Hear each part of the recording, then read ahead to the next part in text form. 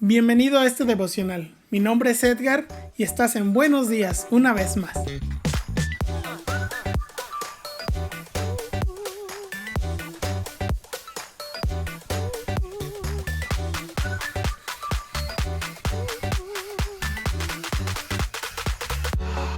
El devocional de hoy se titula Volver a vivir. Así que vamos de lleno a nuestro devocional y acompáñenme, vamos a leer juntos Lucas 24. El domingo al amanecer, las mujeres fueron a la tumba de Jesús para llevar los perfumes que habían preparado. Como dato, en Lucas no nos menciona los nombres, pero en Marcos, en los versículos paralelos, nos dice que se trataba de María Magdalena, de María la madre de Jacobo y de Salomé. En otras versiones o en otros pasajes, en otros versículos paralelos, dice otros nombres, pero lo dejamos ahí nada más como referencia. Sigamos leyendo. Cuando llegaron, vieron que la piedra que tapaba la entrada de la tumba ya no estaba en su lugar. Entonces entraron en la tumba, pero no encontraron el cuerpo de Jesús. Ellas no sabían qué hacer ni qué pensar. De pronto, dos hombres se pararon junto a ellas. Tenían ropa muy blanca y brillante. Las mujeres tuvieron tanto miedo que se inclinaron hasta tocar el suelo con su frente. Los hombres les dijeron: ¿por qué buscan entre los hombres al que está vivo? Acabamos de leer desde mi punto de vista uno de los pasajes más sorprendentes, si no es que el más sorprendente, porque estamos hablando de cómo Jesús venció a la muerte, él mismo. Él murió y luego resucitó. Pero hagamos un resumen de todo lo que sucedió desde su detención, desde que fue entregado al concilio hasta que fue crucificado. Y ahorita vamos a tocar un punto muy especial. Recordemos entonces que Jesús fue entregado por Judas con un beso y fue traicionado por él, vendido por unas monedas de plata y fue llevado ante el concilio. Es llevado ante los sacerdotes, las autoridades religiosas, un tanto políticas también de aquel tiempo. Se presenta ante ellos y ellos lo hallan culpable por decir que era hijo de Dios, lo cual era verdad. Entonces lo llevan ante Pilato. Pilato les dice que él no encuentra ningún delito y entonces lo remite como gobernador, lo remite a lo que pudiera ser un presidente municipal en ese tiempo, que sería Herodes. Lo manda con él y entonces Herodes también lo interroga, quiere que haga señales, que haga milagros, casi quiere que le haga un acto de entretenimiento. Jesús se niega pues se queda callado como cordero, precisamente que va llevado al matadero, y lo regresa con Pilato. Y Pilato pues lo interroga, vuelve a hablar con él. Jesús no es hallado ante sus ojos culpable, pero él tiene que ponerlo también a disposición de los sacerdotes y cede ante la presión de los judíos, ante la presión de este grupo de los saduceos, de los fariseos, que piden la crucifixión de Jesús. Realmente no lo merecía, pero lo crucifican y lo llevan entonces para ser azotado y comenzar todo ese tiempo difícil de ahí hasta su muerte. Y lo que para muchos es el final: Jesús es crucificado y sepultado. Y digo para muchos porque realmente ese no es el final, y ese es el punto. La mayoría de la gente se queda hasta ese punto y mucha gente puede pensar: híjole, es que Jesús se sacrificó y murió en la cruz y listo. Pero no se quedó hasta ahí. Jesús murió y resucitó. La Biblia dice que al tercer día Jesús se levantó de entre los muertos y venció a la muerte y nos dio la vida eterna, o nos dio el regalo de la vida eterna por medio de la victoria de él. El Padre entonces nos ofrece vida eterna a través de Jesús, porque aquellos que han escuchado la palabra resurrección quizás están familiarizados, pero para aquellos que no están familiarizados, déjame leerte lo que dice el diccionario en cuanto a la definición de resucitar. Resucitar significa volver a la vida después de morir. El concepto de resucitar o de volver a vivir, es decir, morir y volver a la vida, no era algo desconocido. En la misma Biblia se relatan dos pasajes muy importantes que seguramente conoces si es que has leído la Biblia. Si no los has leído, te los platico brevemente. Uno de ellos se trata de Elías. Elías, en un tiempo en que Israel estaba pasando por sequía, no había llovido en varios años, estaban pasando por un tiempo de hambruna también, por eso mismo, por la sequía, y él llega guiado por Dios a ver a una mujer, la viuda de Sarepta, y entonces Elías le dice que le dé de comer. La mujer De hecho, ya se iba a dejar morir con su hijo. Iban a preparar unos panecillos, algo para comer, unas tortas y listo, eso era todo. Iban a morir. Elías le dice, no, no lo hagas, primero prepárame a mí y de parte del Señor le dijo, mira, no va a faltar el aceite ni la masa hasta que vuelva a llover sobre la tierra, y así sucede. Pero un día el hijo de esta mujer se enferma y entonces ella corre a buscar a Elías. Elías va a su auxilio de parte de Dios, obviamente. Ora por el niño, hace todo un ritual. No te voy a decir todo lo que hizo porque está muy interesante, pero puedes ir a leerlo y te vas a dar cuenta de todo lo que hizo en Primero de Reyes 17. Y finalmente este muchacho vuelve a vivir. Dios le da aliento de vida. Y algo parecido sucedió con su discípulo, que era Eliseo. Eliseo bendijo a una mujer sunamita que no podía tener hijos, y le dio una profecía diciéndole que al cabo de un año, a partir de que le dio la profecía, iba a tener a un hijo. Y entonces lo tuvo. Realmente asombroso. La mujer, pues muy emocionada, cuidaba de su hijo. Un día su hijo va al campo, le dice a su papá, me duele la cabeza. Sin saber qué es, el niño regresa a casa, su mamá lo cuida y fallece. Esta mujer entonces manda a alguien a traer a Eliseo, y cuando Eliseo le dice, mira, yo te pedí un hijo, pero pues en otras palabras o en pocas palabras le dijo, mira, tú te burlaste de mí, o sea, yo te abrí mi corazón y te estás burlando del anhelo de mi corazón. Y él le dijo, no, espérame. Eliseo entró a la casa, hizo un ritual parecido al de Elías. No te voy a contar tampoco el ritual, lo que fue lo que hizo. Digo ritual por decir una palabra, porque no encuentro otra mejor. Hizo ahí todo una labor, pues, para resucitar al niño. Obviamente oró al Señor y el Señor levantó al niño y Eliseo se lo entregó a su mamá. Pero yo quiero que me acompañes a leer un pasaje que a mí se me hace muchísimo más interesante, porque estos hombres tuvieron que hacer algo más aparte de orar.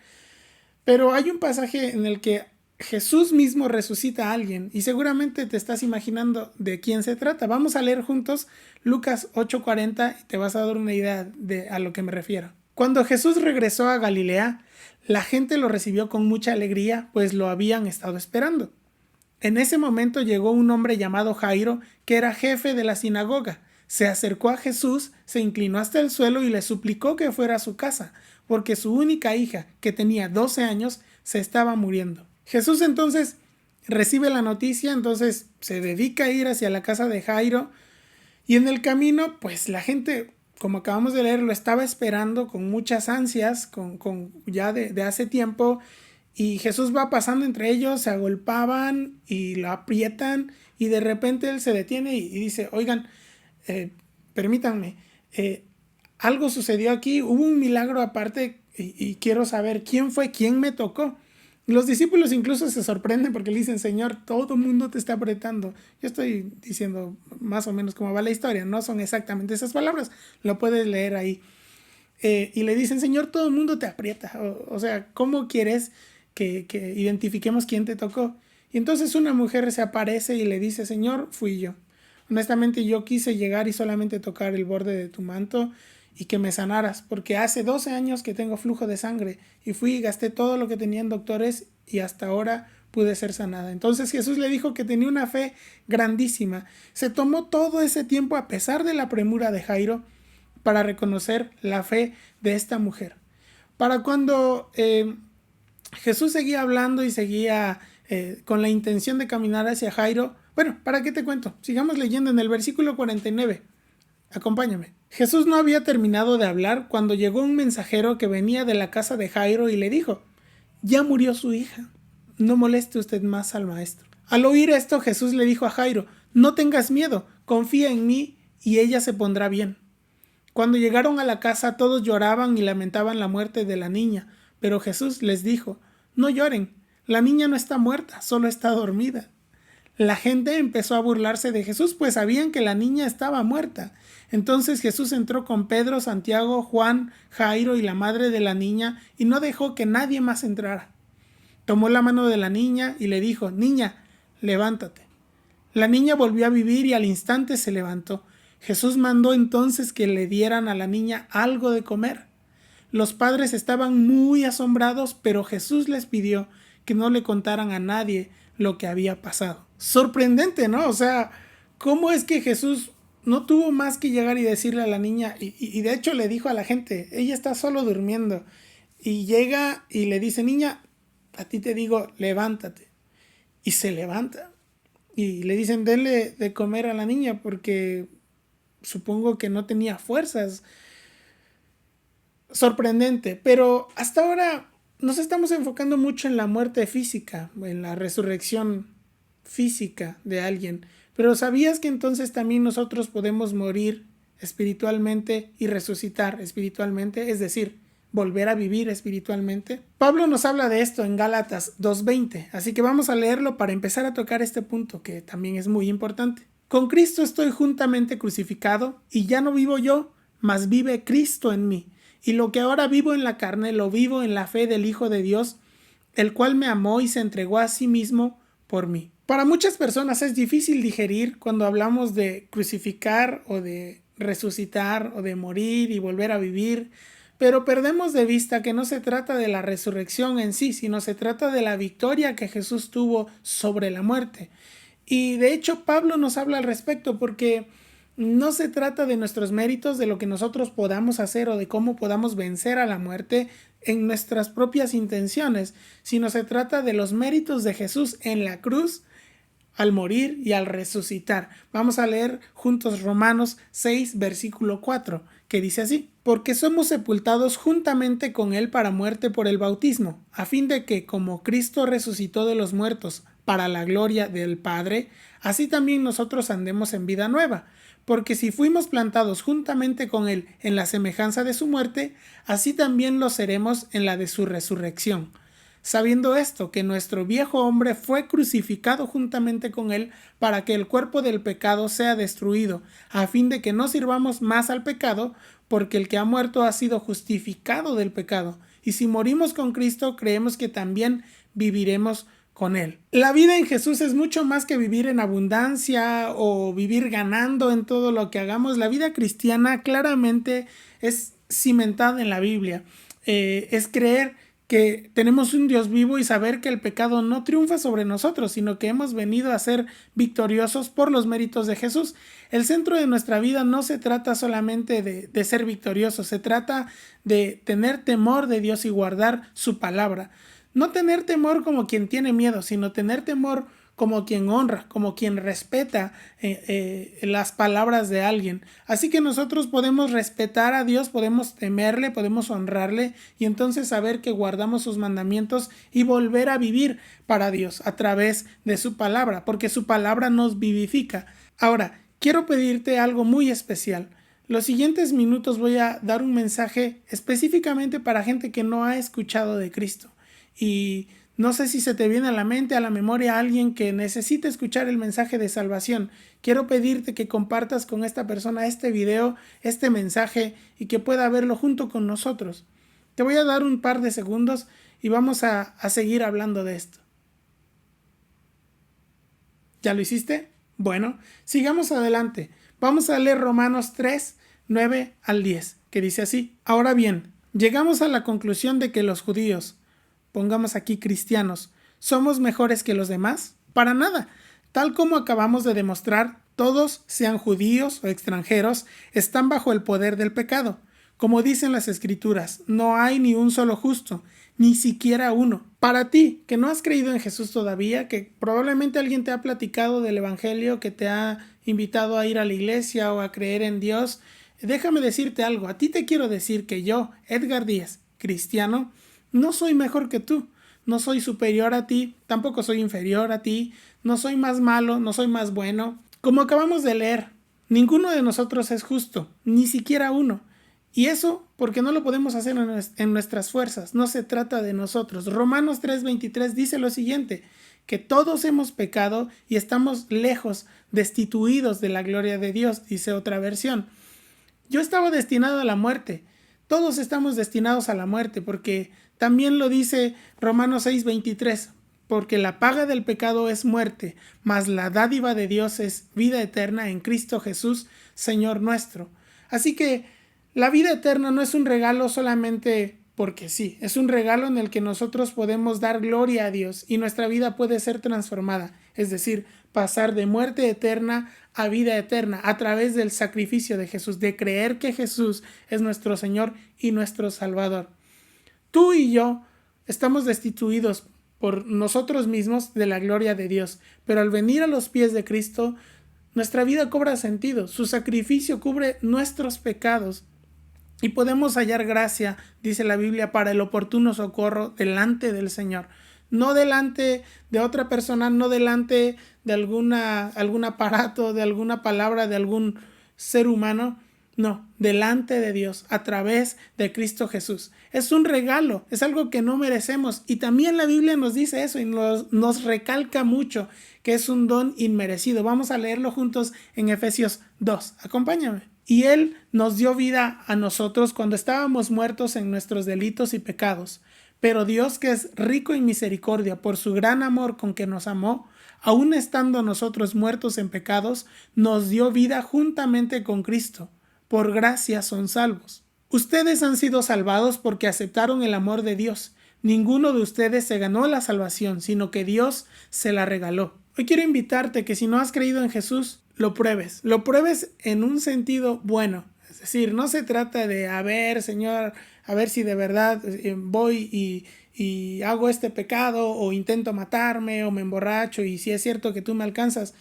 Probablemente el Señor lo va a hacer por misericordia, porque Él no quiere que nadie se pierda, sino que todos vengan al arrepentimiento. Pero podemos probarlo en esto. Decirle, Jesús, yo quiero que tú seas mi Señor y mi Salvador. Necesito que tú cambies mi vida y me arrepiento de mis pecados, porque es muy importante que reconozcamos que solos no podemos hacer nada, que solos no podemos llevar fruto. Aún como cristianos, no podemos hacer nada por nosotros mismos, porque debemos estar sujetos a la vid, a Jesús. Así que yo te quiero invitar a que tú vuelvas a vivir, que tú mueras a los pecados y que vuelvas a vivir, resucites en Cristo y puedas tener una vida plena en el Señor. Si tú has creído y estos minutos, estos segundos han tocado tu corazón, siendo cristiano o siendo no creyente, quiero invitarte a que hablemos con Dios, que oremos juntos. Vamos a orar. Señor, en esta hora te damos gracias por el sacrificio de Jesús. Señor, si Él murió un miércoles o murió un viernes, Señor, eso pasa a segundo plano cuando lo realmente importante es que Jesús murió y resucitó en victoria sobre la muerte. Señor, yo quiero pedirte que tú nos ayudes para rendirnos a ti, para poder encontrar refugio en tu palabra, encontrar refugio en Jesús. Y Señor, que nuestras vidas puedan ser transformadas para poder darte gloria. Yo te pido, Señor, en esta hora, por aquellos que han creído en tu nombre y que por alguna razón se han alejado, yo te pido que fortalezcas su fe, que nuevamente los traigas con cuerdas de amor hacia ti y que puedan renunciar al pecado, arrepentirse de aquello que los hizo alejarse y saber, Señor, que tú eres un Dios de perdón. Si tú no has creído en el Señor, te invito a que hagas esta oración conmigo. Señor, yo me arrepiento de mis pecados. Te pido perdón porque he pecado contra ti, he pecado contra mi familia, he pecado contra Jesús. Señor, he contristado a tu Espíritu Santo y te pido que me perdones, que cambies mi mente. Te pido, Señor, que el Señor Jesús pueda ser el Rey de mi corazón, el Rey de mi vida y que el Espíritu Santo venga a morar en mí. Padre, yo te pido en esta hora que tú me ayudes para reconocer a Jesús como mi Señor y Salvador. Y yo reconozco que Él ha muerto por mí y resucitó también para darme vida eterna, vida en abundancia, Señor. En el nombre de Jesús te entrego mi vida, te entrego mis manos, te entrego todo lo que soy. Y te pido, Señor, que reines en mi corazón y que mores en mí. En el nombre de Jesús te pedimos esto, Señor, y te damos gracias. Amén. Me has perdonado, me has amado, en mis problemas me has ayudado, me has perdonado, me has amado en mis problemas, me has ayudado, y es por eso que te alabo y te adoro en verdad, porque solo tú eres digno, Jesucristo. Quiero decirte que no hay alguien como tú, porque tú eres mi amigo de verdad. Quiero decirte que no hay alguien como tú, porque tú eres mi amigo de verdad. Quiero decirte que no hay alguien como tú, porque tú eres mi amigo de verdad, porque tú eres mi amigo de verdad, porque tú eres mi amigo de verdad. Gracias, Señor, porque tú eres quien nos ama de verdad.